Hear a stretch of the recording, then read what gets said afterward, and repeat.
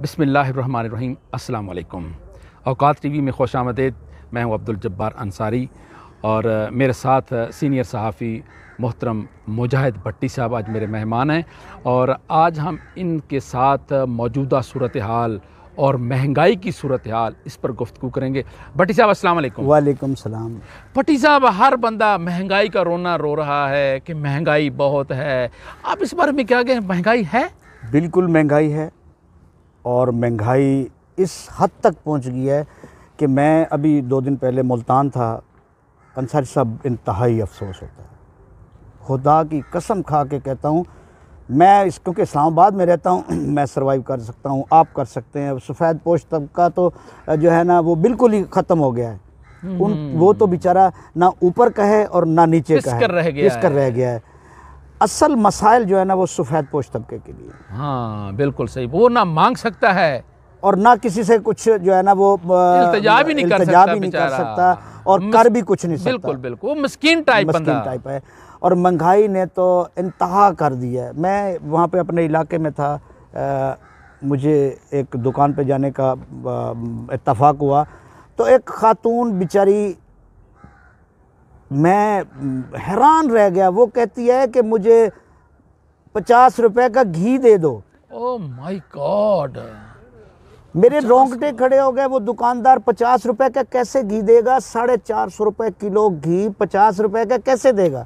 वो बेचारी क्या करेगी? वो तो 50 का घी मांगने आई है। अब उसने मिर्चियाँ भी चाहिए, उसको नमक भी चाहिए, उसको टमाटर मसाला पूरा चाहिए। हाँ। गरीब क्या करेगा? अगर 1000 रुपया भी डेली कमाए तो वो 1000 रुपये में अपने घर की खाना पीना नहीं कर सकता। गुर्बत की इंतहा हो चुकी है।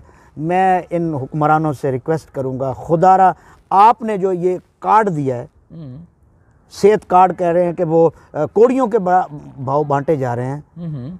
मुझे इंतहाई अफसोस होता है। ये एक बहुत बड़ा ब्लंडर है, एक बहुत बड़ा फ्रॉड है। अब एक बंदे को 10 लाख रुपए कार्ड जेब में है और वह भूखा फिर रहा है। ये क्या कार्ड है कि 10 लाख आपकी जेब में है और आप भूखे हैं, आपके पास रोटी नहीं है, आप रात को रोटी खा के सो नहीं सकते। खुदारा आप इस कार्ड को उसके साथ मुंसलिक कर दें कि वो उसमें से, क्योंकि उसने बीमार तो कभी कभी होना है। रोटी तो रोज खानी है, रोटी तो रोज खानी है। 3 वक्त खानी है। अगर वो रोटी उसके पेट में नहीं होगी तो फिर वो कार्ड को चूसेगा। कार्ड को क्या करेगा? कार्ड किस काम का है उसके? और भाई खुदारा उस कार्ड को आप कन्वर्ट कर दें उसकी रोटी के ऊपर, ताकि वो बेचारा रोटी ले सके, उसमें से कोई पैसे निकलवा सके, अपने बच्चों का पेट पाल सके। तो इसलिए ये ड्रामाबाजी बंद की जाए और ये मसाइल जो हैं उसकी तरफ तवज्जो दी जाए। पैसे भी तो दे रही है ना हुकूमत। कौन से पैसे दे रही है? वो क्या सहूलत कार्ड? कोई सहूलत कार्ड नहीं है, ये सब फ्रॉड है, ये सब ड्रामा है कि दूसरे को चोर चोर कहते रहो और खुद फ्रॉडियों के आईजी हो। ठीक है ना? आप देख लें हुकूमत की कारकर्दगी, सिफर की कारकर्दगी है।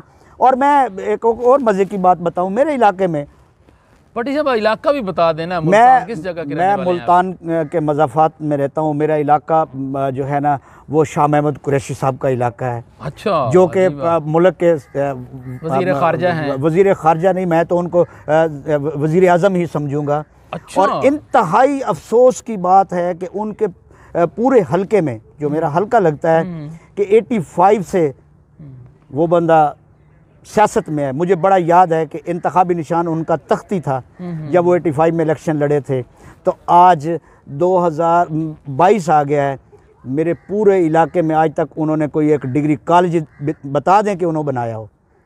मैं कहता हूं कि आप लोगों से वोट लेके आ जाते हैं और उनका काम नहीं करते, उनको सहूलत नहीं देते। सबसे बड़े करप्ट और बददयानत आप लोग हैं।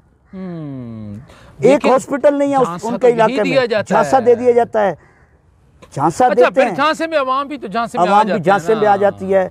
और मुझे इंतहाई अफसोस है कि आप हमारा इलाका विज़िट करें, वहाँ पे कोई जो है ना हेल्थ की सहूलत नहीं है, एजुकेशन की कोई सहूलत नहीं है, किसी किस्म की कोई सहूलत नहीं है। वहाँ से लोगों से वोट लेते हैं और अपने आके इधर ठाट बाट करते हैं। सबसे बड़े बददयानत और करप्ट ये लोग हैं जो लोगों के वोट लेके उनके साथ उनके हकूक़ नहीं देते, उनको नौकरी नहीं देते, उनके मसाइल हल नहीं करते, उनको हेल्थ और एजुकेशन की सहूलत नहीं देते।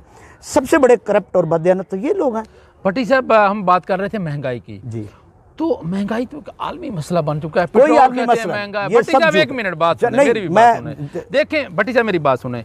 अब जो पेट्रोलियम मसनूआत जो हैं वो आलमी लेवल पर उनका रेट बढ़ रहा है, तो हुकूमत उसमें क्या कर सकती है? ये सब झूठ फ्रॉड है। ये सब सिर्फ लॉलीपॉप देते हैं। ये बिल्कुल अवाम इसको मानने के लिए तैयार नहीं है कि जनाब वहाँ पे इंडिया में बढ़ गया और बांग्लादेश में बढ़ गया और हमारे कहीं कुछ नहीं बढ़ा, आप उनके मुताबिक आप सहूलतें दे दें। ये ड्रामाबाजी करते हैं, ये खुद चोर हैं। ये सबसे बड़े फ्रॉडिये, बदमाश और गुंडे हैं।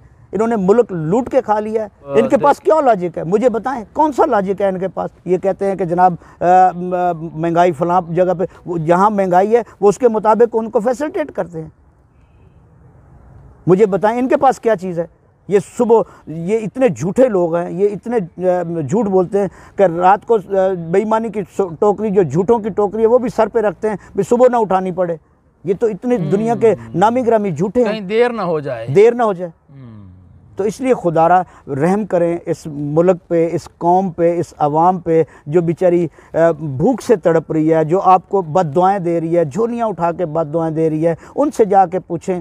मैं वज़ीर आज़म से ये रिक्वेस्ट करूँगा कि आपको यहाँ पे रिपोर्ट मिलती है, आप टीवी पे देख लेते हैं, आपको नहीं पता कि बाहर क्या होता है। आप ज़रा बाहर जाएँ ना, आप किसी वज़ीर को, अपने किसी मुशीर को, आप किसी MNA को अपने इलाके में भेजें जी। अगर वहाँ पे अवाम उसकी छितरौल ना करके भेजे तो आपको पता चल जाएगा कि क्या हो रहा है। अब निकलें तो सही बाहर। मुजाहिद भट्टी साहब, महंगाई एक बहुत बड़ा इशू है, कोई छोटा इशू नहीं है।